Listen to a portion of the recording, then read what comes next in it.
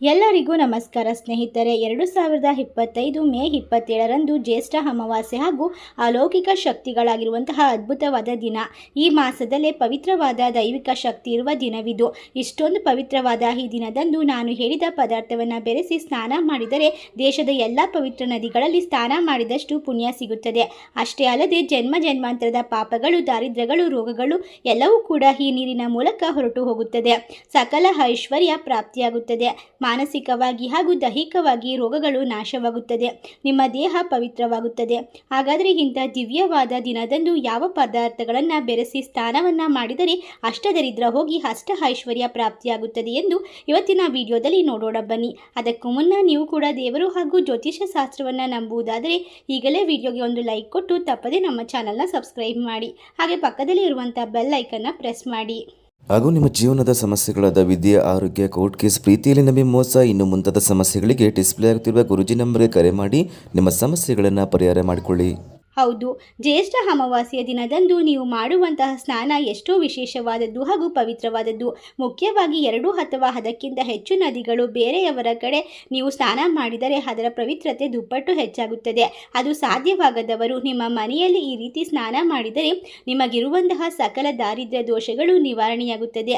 ನಿಮ್ಮ ಮನೆಯಲ್ಲಿ ಗಂಗಾ ಜಲ ಸ್ವಲ್ಪ ಹಾಕಿಕೊಂಡು ಸ್ನಾನ ಮಾಡಿ, ಅಥವಾ ಎಂದಾದರೂ ಪುಷ್ಕರಕ್ಕೆ ಹೋಗದಾಗ ತಂದಂತಹ ನೀರಾಗಿರಬಹುದು, ಇದನ್ನು ಕೂಡ ಹಾಕಿಕೊಂಡು ನೀವು ಸ್ನಾನವನ್ನು ಮಾಡಬಹುದು.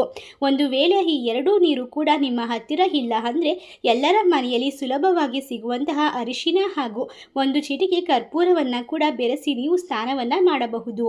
ಆದರೆ ನೀವು ಸ್ನಾನ ಮಾಡುವಾಗ ನಾನು ಹೇಳುವಂತಹ ಮಂತ್ರವನ್ನು ಹೇಳಿಕೊಂಡು ಸ್ನಾನ ಮಾಡಿದರೆ ತುಂಬ ಒಳ್ಳೆಯದು, ತುಂಬ ಪುಣ್ಯನೇ ಬರುತ್ತದೆ. ಈ ಒಂದು ಮಂತ್ರ ಹೇಳುತ್ತಾ ಸ್ನಾನ ಮಾಡೋದ್ರಿಂದ ದೇಶದ ಎಲ್ಲ ಪುಣ್ಯ ನದಿಗಳಲ್ಲಿ ಸ್ನಾನ ಮಾಡಿದಷ್ಟು ಪುಣ್ಯ ಬರುತ್ತದೆ. ಅಮೃತದಿಂದ ಸ್ನಾನ ಮಾಡಿದ ಫಲ ಸಿಗುತ್ತದೆ. ಪಿತೃಪೂಜೆ ಮಾಡಲು ಕೂಡ ತುಂಬಾ ಯೋಗ್ಯವಾದಂತಹ ದಿನ ಅಂದರೆ ಅದು ಈ ಒಂದು ಅಮಾವಾಸ್ಯೆ. ನಿಮ್ಮ ಪೂರ್ವಿಕರನ್ನು ನೆನೆಸಿಕೊಂಡು ಅವರನ್ನು ಗೌರವಿಸುವ, ಸುಲಭವಾಗಿ ಅವರ ಹೆಸರಿನ ಮೇಲೆ ದಾನ ಧರ್ಮ ಮಾಡುವುದು ತುಂಬ ಒಳ್ಳೆಯ ಫಲವನ್ನು ಕೊಡುತ್ತದೆ. ಇದರಿಂದ ನಿಮ್ಮ ಕುಟುಂಬವೆಲ್ಲ ಕೂಡ ಸಂತೋಷದಿಂದ ಬದುಕಬಹುದು. ಇನ್ನು ಸ್ನಾನ ಮಾಡುವಾಗ ನೀವು ಹೇಳಬೇಕಾದ ಮಂತ್ರ ಏನೆಂದರೆ, ಗಂಗೆ ಚ ಯಮುನೆ ಚೈವ ಗೋದಾವರಿ ಸರಸ್ವತಿ ನರ್ಮದೆ ಸಿಂಧು ಕಾವೇರಿ ಜಲಸ್ಮಿತ್ ಸನ್ನಿಧಿಂ ಕುರು. ಈ ಒಂದು ಮಂತ್ರವನ್ನು 3 ಸಲ ಹೇಳಿಕೊಂಡು 3 ಚೆಂಬು ನೀರನ್ನು ತಲೆಯ ಮೇಲೆ ಹಾಕಿಕೊಂಡು ಸ್ನಾನವನ್ನು ಮಾಡುವುದರಿಂದ ನಿಮಗೆ ಎಲ್ಲವೂ ಕೂಡ ಶುಭವಾಗುತ್ತದೆ. ಈಗ ನಾವು ಅಪ್ಪಿತಪ್ಪಿಯೋ ಅಮಾವಾಸ್ಯೆಯ ದಿನದಂದು ಮಾಡಬಾರದಂತಹ ಕೆಲವು ಕೆಲಸಗಳ ಬಗ್ಗೆ ತಿಳಿದುಕೊಳ್ಳೋಣ. ಇದು ತುಂಬಾ ಮುಖ್ಯವಾದದ್ದು. ಏಕೆಂದರೆ ಕೆಲವು ಪವಿತ್ರವಾದ ದಿನಗಳನ್ನು ನಾವು ಮಾಡೋ ಚಿಕ್ಕ ಪುಟ್ಟ ತಪ್ಪುಗಳೇ ನಮ್ಮ ಕಷ್ಟ ಕಾಲಕ್ಕೆ ತಳ್ಳಿಬಿಡುತ್ತವೆ, ಅದಕ್ಕೆ ಕಾರಣವಾಗುತ್ತದೆ. ಹಾಗಾಗಿ ನಾವು ಈ ಒಂದು ದಿನದಲ್ಲಿ ಯಾವ ತಪ್ಪನ್ನು ಮಾಡಬಾರದು ಎಂದು ನೋಡೋಣ. ಹೌದು, ಅಮಾವಾಸ್ಯೆಯ ದಿನದಂದು ಎಂದೂ ಕೂಡ ಕೆಲವು ಕೆಲಸಗಳನ್ನು ಮಾಡಲೇಬೇಕಾಗುತ್ತದೆ. ಅಮಾವಾಸ್ಯೆಯ ದಿನದಂದು ಸೂರ್ಯ ಹುಟ್ಟುವುದಕ್ಕೂ ಮುಂಚೆಯೇ ನಿದ್ದೆಯಿಂದ ಎದ್ದು ತಲೆ ಸ್ನಾನವನ್ನು ಮಾಡಬೇಕು. ತಲೆ ಸ್ನಾನ ಅಂದ ತಕ್ಷಣವೇ ಶಾಂಪೂ, ಸೀಗೆಕಾಯಿ ಮುಂತಾದವುಗಳನ್ನು ತಲೆಗೆ ಉಜ್ಜಿ ಸ್ನಾನ ಮಾಡಬಾರದು. ಬರೀ ನೀರಿನಿಂದ ಮಾತ್ರವೇ ತಲೆಯನ್ನು ತೊಳೆದುಕೊಳ್ಳಬೇಕು. ಈ ರೀತಿಯಾಗಿ ಮಾಡಬೇಕು. ರಾತ್ರಿಯೇ ತಲೆಗೆ ಎಣ್ಣೆಯನ್ನು ಹಾಕಿ ಸ್ನಾನವನ್ನು ಮಾಡಿದರೆ ನಿಮಗೆ ತುಂಬ ಶುಭವಾಗುತ್ತದೆ. ಇನ್ನು ತಲೆ ಸ್ನಾನ ಮಾಡಿ ನಿದ್ದೆ ಮಾಡಿ ಬೆಳಗ್ಗೆ ಎದ್ದ ತಕ್ಷಣವೇ ಬರೀ ನೀರಿನಿಂದ ತಲೆ ತೊಳೆದುಕೊಂಡರೆ ಸರಿ ಹೋಗುತ್ತದೆ. ಇನ್ನು ಪವಿತ್ರವಾದಂತಹ ಅಮಾವಾಸ್ಯೆಯ ದಿನದಂದು ಅಪ್ಪಿತಪ್ಪಿ ಉಗುರು ಕತ್ತರಿಸುವುದು, ಕೂದಲು ಕತ್ತರಿಸುವುದು, ಶೇವಿಂಗ್ ಮಾಡಿಸುವುದು ಮುಂತಾದವುಗಳನ್ನು ಮಾಡಬೇಡಿ. ಇವುಗಳನ್ನು ಮಾಡಿದರೆ ದಾರಿದ್ರ್ಯ ದೇವತೆ ಮನೆ ಒಳಗೆ ಪ್ರವೇಶಿಸುತ್ತಾಳೆ. ಹಾಗೆ ಅಮಾವಾಸ್ಯೆಯ ದಿನ ಮಧ್ಯಾಹ್ನ ಮಾತ್ರವೇ ಊಟ ತಿನ್ನಬೇಕು. ಬೆಳಗ್ಗೆ ಹಾಗೂ ರಾತ್ರಿ ಯಾವ ಪರಿಸ್ಥಿತಿಯಲ್ಲೂ ಕೂಡ ತಿಂಡಿ ಹಾಗೂ ಊಟ ತಿನ್ನಬಾರದು. ಅಲ್ಪ ಆಹಾರ ಬೇಕಾದರೆ ಸೇವಿಸಿಕೊಳ್ಳಬಹುದು. ನಿಮ್ಮ ಆರೋಗ್ಯದ ಸ್ಥಿತಿಗತಿ ಬದಲಾಗದೇ ಇರಬೇಕು. ಅಂದರೂ ನೀವು ಶಕ್ತಿಹೀನರಾಗಬಾರದು. ಅಂದರೂ ಮನೆಯಲ್ಲಿ ಅಪ್ಪಿತಪ್ಪಿ ಈ ಪದಾರ್ಥವನ್ನು ಬಳಸಿ ಅಡುಗೆಯನ್ನು ಮಾಡಬಾರದು. ಅಮಾವಾಸ್ಯೆಯ ದಿನ ಏನಾದರೂ ಮಾಂಸಾಹಾರ ಮನೆಯಲ್ಲಿ ತಯಾರಿಸಿದರೆ ಅಷ್ಟದರಿದ್ರ ಸುತ್ತಿಕೊಳ್ಳುತ್ತದೆ. ಅಮಾವಾಸ್ಯೆಯ ದಿನ ಕೆಲವು ದುಷ್ಟಶಕ್ತಿಗಳು ಮನುಷ್ಯರ ದೇಹದ ಮೇಲೆ ಕೆಟ್ಟ ದುಷ್ಟ ಪರಿಣಾಮವನ್ನು ಬೀರಲು ಕಾಯುತ್ತಿರುತ್ತವೆ.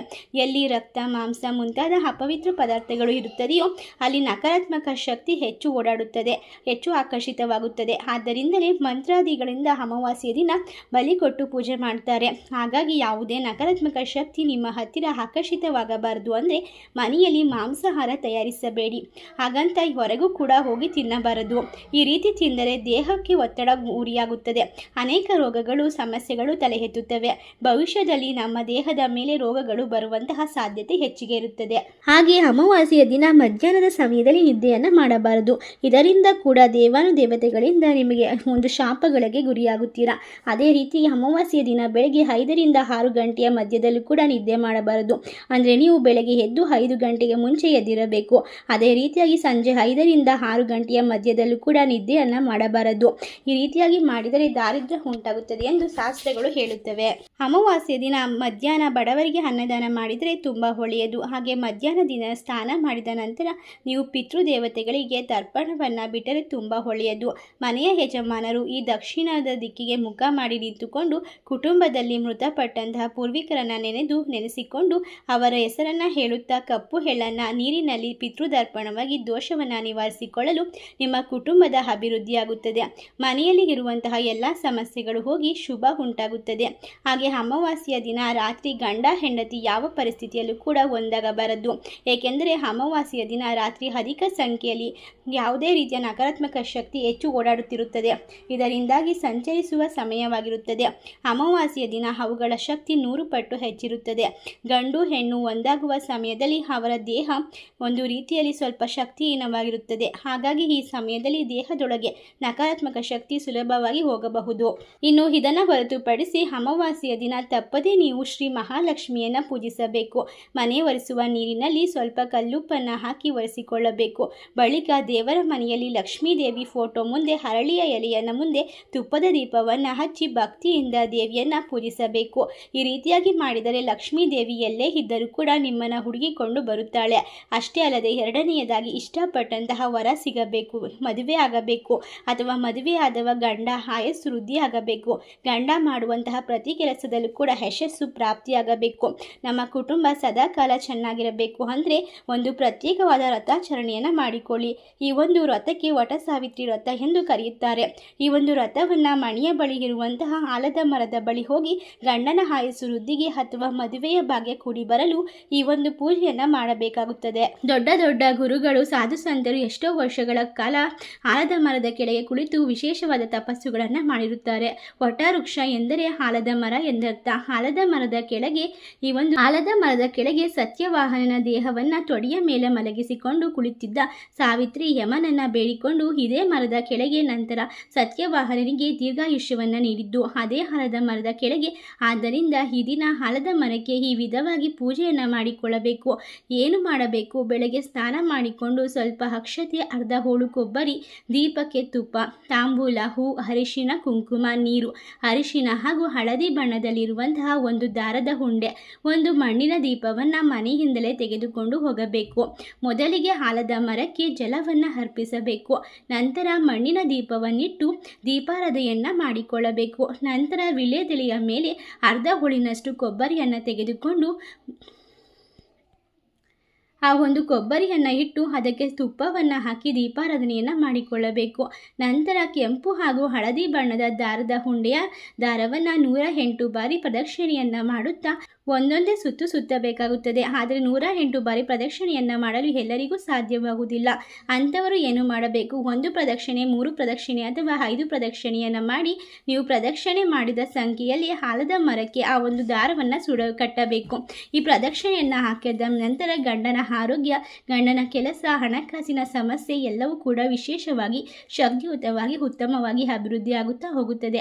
ಶೀಘ್ರವಾಗಿ ಕಂಕಣ ಭಾಗ್ಯ ಕೂಡಿ ಬರುತ್ತದೆ. ಇಷ್ಟಪಟ್ಟವರನ್ನ ವರಿಸಲು ಈ ಪೂಜೆ ಇದೇ ವಿಧಿವಿಧಾನವನ್ನು ಪಾಲಿಸಬೇಕಾಗುತ್ತದೆ. ಪ್ರದಕ್ಷಿಣೆಯನ್ನು ಹಾಕಬೇಕಾದರೆ ನೀವು ಓಂ ವಟ ಸಾವಿತ್ರಿಯೇ ನಮಃ ಎಂದು ಹೇಳಿಕೊಳ್ಳಬೇಕು. ಹಾಗೆ ಪೂರಿ ಜಗನ್ನಾಥ ಕ್ಷೇತ್ರದಲ್ಲಿ ಸ್ಥಾನೋತ್ಸವ ನಡೆಯುತ್ತೆ. ಆದ್ದರಿಂದ ನಿಮಗಿರುವಂತಹ ಎಲ್ಲ ರೀತಿಯ ಕಷ್ಟಗಳು ದೂರವಾಗಲು ಸ್ತ್ರೀ ಆಗಿರಬಹುದು, ಪುರುಷರಾಗಿರಬಹುದು, ಚಿಕ್ಕ ಮಕ್ಕಳಾಗಿರಬಹುದು ಈ ಒಂದು ಚಿಕ್ಕ ಮಂತ್ರವನ್ನು ಮನೆಯಿಂದ ಹೊರಗೆ ಹೋಗಬೇಕಾದರೆ ಅಥವಾ ಮನೆಯ ಹೊರಗೆ ದೇವರಿಗೆ ದೀಪಾರಾಧನೆಯನ್ನು ಮಾಡಬೇಕಾದರೂ ಸಹ ಹೇಳಿಕೊಳ್ಳಬಹುದು. ಕ್ಲೀಂ ಕೃಷ್ಣಾಯ ಗೋವಿಂದಾಯ ಗೋಪಿ ಜನ ವಲ್ಲಭಾಯ ಸ್ವಾಹ. ಈ ಒಂದು ಮಂತ್ರವನ್ನು ಸಾಧ್ಯವಾದಷ್ಟು ಬಾರಿ ನೀವು ಹೇಳಿಕೊಂಡು ಪಠಿಸಬೇಕು. ಇದರಿಂದ ನಿಮಗೆ ಎಲ್ಲವೂ ಕೂಡ ವಿಶೇಷವಾಗಿ ಶಕ್ತಿಯುತವಾಗಿ ದೊರೆಯುತ್ತದೆ. ಕೊನೆಯಲ್ಲಿ ಅಕ್ಷತೆಯನ್ನು ಆಲದ ಮರಕ್ಕೆ ಬುಡಕ್ಕೆ ಅರ್ಪಿಸಿ ಪೂಜೆಯನ್ನು ಸಲ್ಲಿಸಿ ಸ್ವಲ್ಪ ಮನೆಗೆ ತೆಗೆದುಕೊಂಡು ಬಂದು ಗಂಡನ ಶಿರಸ್ಸಿನ ಮೇಲೆ ಹಾಗೂ ನಿಮ್ಮ ಶಿರಸ್ಸಿನ ಮೇಲೆ ಹಾಕಿಕೊಳ್ಳುವುದರಿಂದ ಈ ಒಂದು ವಿಶೇಷವಾಗಿ ನಿಮ್ಮ ಜೀವನದಲ್ಲಿ ಎಲ್ಲವೂ ಕೂಡ ಸುಖವಾಗಿ ಸಾಗುತ್ತದೆ. ಈ ಒಂದು ವಿಶೇಷವಾದ ಮಾಹಿತಿ ನಿಮಗೆಲ್ಲ ಇಷ್ಟವಾಗಿದ್ದರೆ ನಿಮ್ಮ ಫ್ರೆಂಡ್ಸ್ ಆ್ಯಂಡ್ ಫ್ಯಾಮಿಲಿಗೆ ಶೇರ್ ಮಾಡಿ. ಧನ್ಯವಾದಗಳು.